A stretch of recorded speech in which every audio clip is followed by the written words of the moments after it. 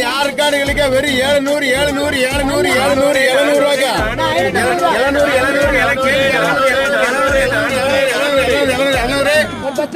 710 ஒரு ஆள் 710 ரூபா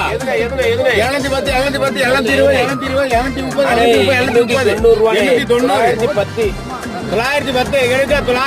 910 என்ன வேணுமா